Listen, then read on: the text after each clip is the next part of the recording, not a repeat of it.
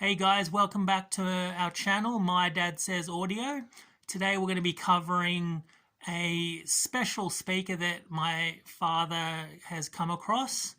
It's a bit of a diamond in the rough. Dad, what can you tell us about the speaker? Okay, it's a Technics SB-65. Okay, which back I would suggest that these are around about mid to late 70s, that sort of vintage. It's a full range driver. They were designed, I guess you'd call for, there would have been entry level loudspeakers for Technics back in the day, and they're based on a very interesting cone, which you can see here. It uses a phase plug which is actually attached to the magnet. And by the way, I picked these up from an op shop or a thrift shop, and they were $10 Australian, which is roughly around about $7 US. That's for cheap. the pair. Originally they came with a grill cloth. I've cut that away, and I've done a fair few mods to them that haven't cost very much money, but have definitely legged the performance of them up. It's very interesting with the cone. They've used this cone or a very similar one on quite a few different models, and you might notice down here there's the national logo alongside the Technics logo. They were transferring from being national as a marketing brand to Technics. It's all comes under the Panasonic company, if you like. It's very interesting with the cone is that that's a solid phase plug which is attached to the actual back of the magnet, and the idea is that they used with this is they went, okay, you're going to get cone breakup regardless of what materials you use or what you do. So what we're going to do is ensure that the breakup occurs at different frequencies around the cone. Because if you look at it, the cone isn't the same at any point all the way around the cone. If you look very carefully, you can see the ellipse here. That plays into that straight away. The other part is, if you look here, it's almost like Japanese calligraphy. They've actually used this very fine dope. It almost looks like, someone's thrown some fluid on it, but no, it's actually deliberate. You can see there and there. And also even with the whizzer cone, this bit here, they've done these cutouts. They're all cutouts around the whole cone. Plus, of course, it's got this phase plug as well. And what about the elliptical ring? Does that play a part? Well, once again, if you look, the distance, the cone there looks very different from the cone there. So the breakup occurs at slightly different frequencies as you go around the cone. So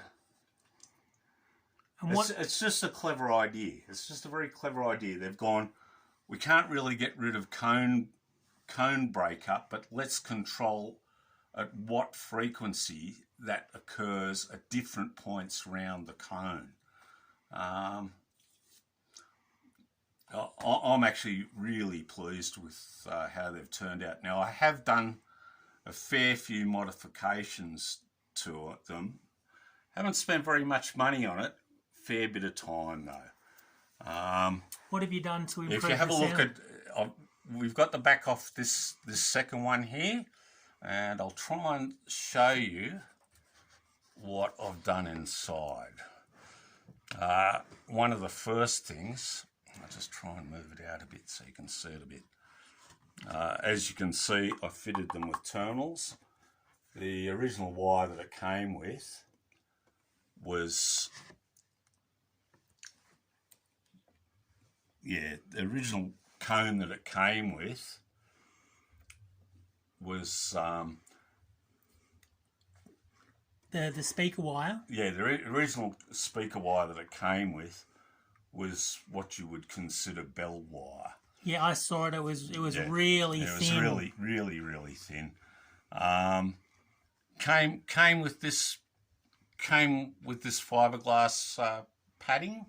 You can see is actually on 5 of the surfaces. 1, 2, 3, 4, 5, and this bit of it looks like maybe cotton waste, and the front baffle wasn't actually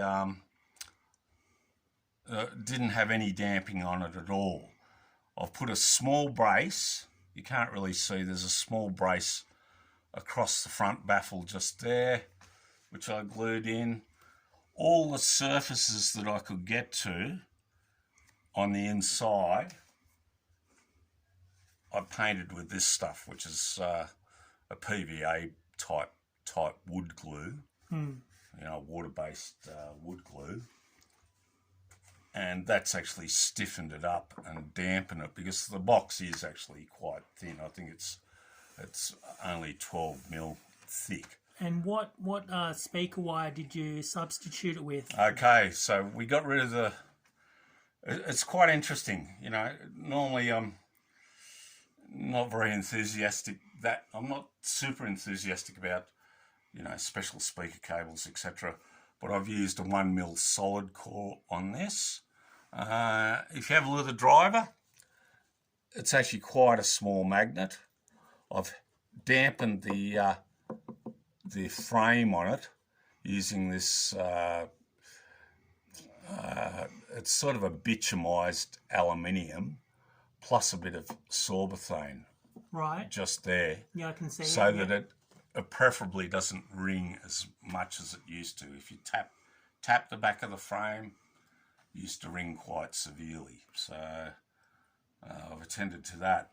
I used 2 old sweaters that I had. Right. To add a bit of extra damping. You can see here they're woolen sweaters. Right. For the front panel, because you want to try and absorb as much rear radiation off the cone. And while these pads are actually quite effective, and I certainly haven't removed them, it could, I figured it could do with it a bit of additional dampening as well. Right. It's quite noticeable just how good these sound at this point. Now that I've done all this modification here, especially with the additional damping on the front baffle, on the inside of the front baffle, you get a lot less mid-range information coming out the port while they're playing. Right. And what do you? I believe you know. I'll just put this back now. I believe you know some of the specs. You looked up the specs that are around. Well, okay. You can garner some of the specs just from this. It does say it's 8 ohms, 20 watts power handling, and I've done a little bit of fishing around. I did realise they're sort of in the efficient end spectrum of things. They're supposedly 92 dB. Okay, and which is not super efficient, but I would say as soon as you've got a speaker that's around about 91 dB, then you're in the high efficiency club, if you like. Yeah, and I believe you're using it with your JBH amp, which is 8 watts, and that's plenty of power. Yep.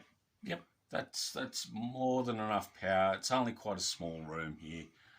It's a small bedroom. It's my bedroom, part of my bedroom system, and it's more than adequate. They sound way better than they should.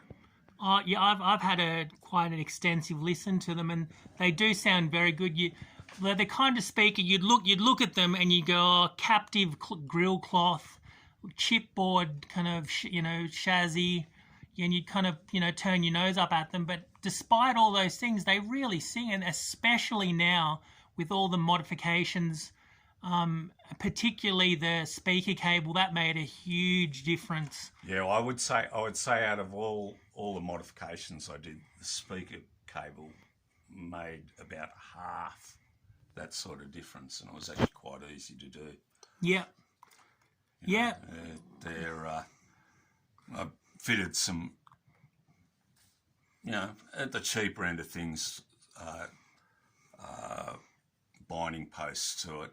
My main criteria for this was non-magnetic. Right. That the nuts aren't steel, etc. Okay. Well, that pretty much covers it. Yep.